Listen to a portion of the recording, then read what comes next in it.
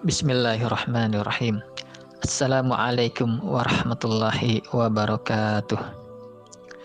Alhamdulillah hamdan katsiran thayyiban mubarakan fih. Sahabat muslim yang dirahmati Allah Subhanahu wa taala.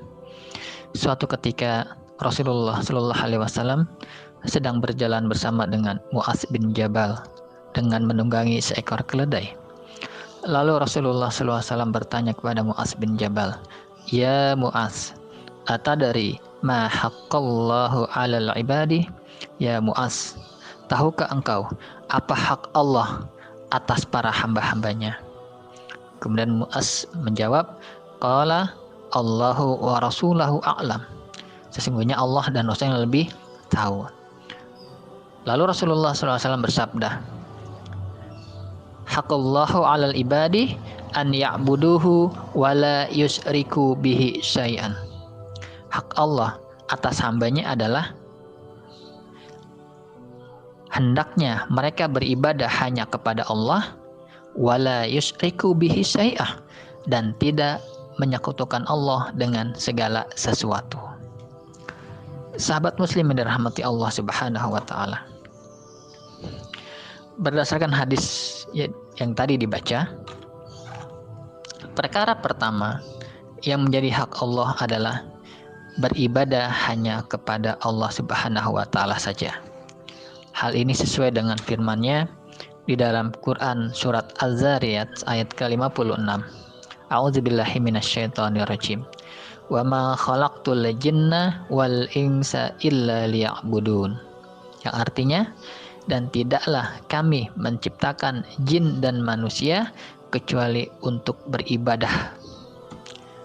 Lalu Syekh Muhammad At-Tamimi beliau mengatakan tentang makna ibadah pada ayat tersebut adalah mentauhidkan Allah.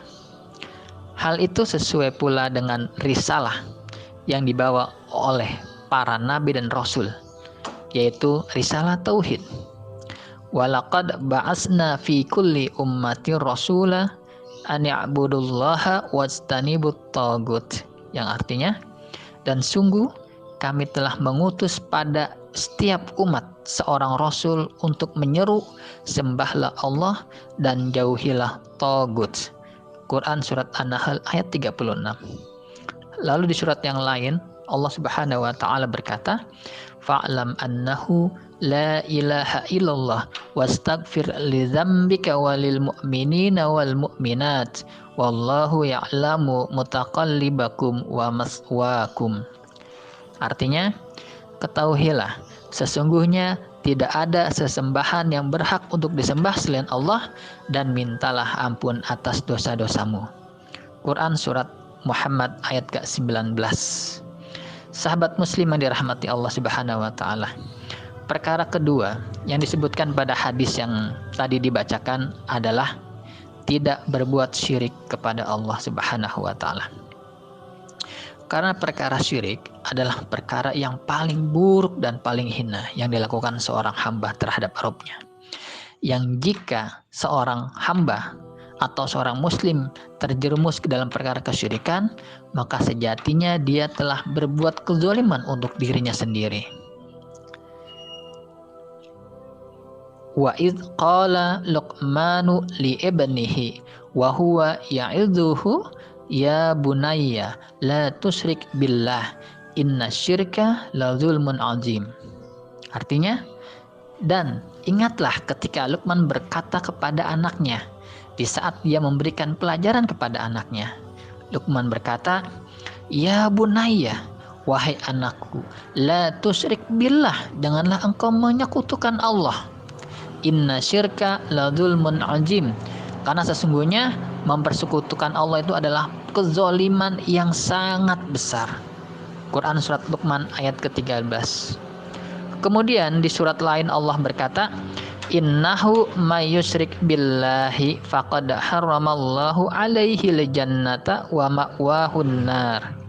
Yang artinya, sesungguhnya barang siapa mempersekutukan sesuatu dengan Allah, sungguhnya Allah mengharamkan surga baginya dan tempatnya adalah di neraka.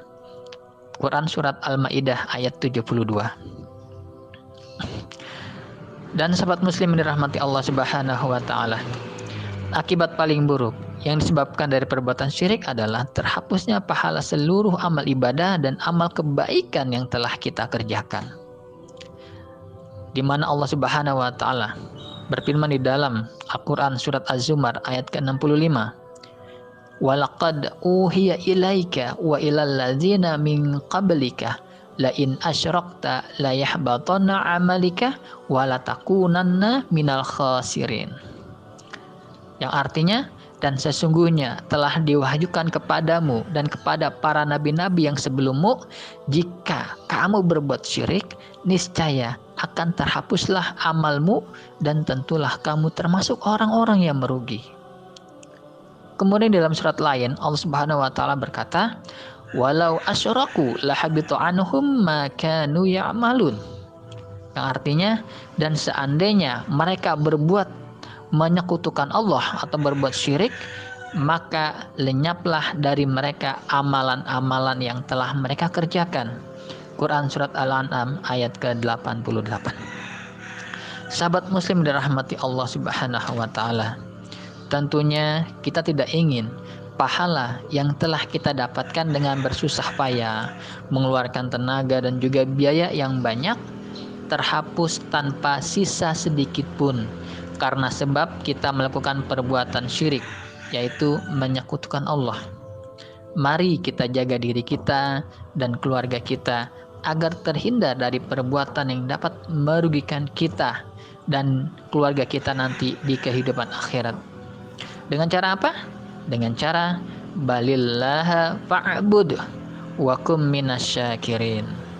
Maka beribadahlah hanya kepada Allah dan jadilah orang-orang yang bersyukur. Akhirul kalam, assalamualaikum warahmatullahi wabarakatuh.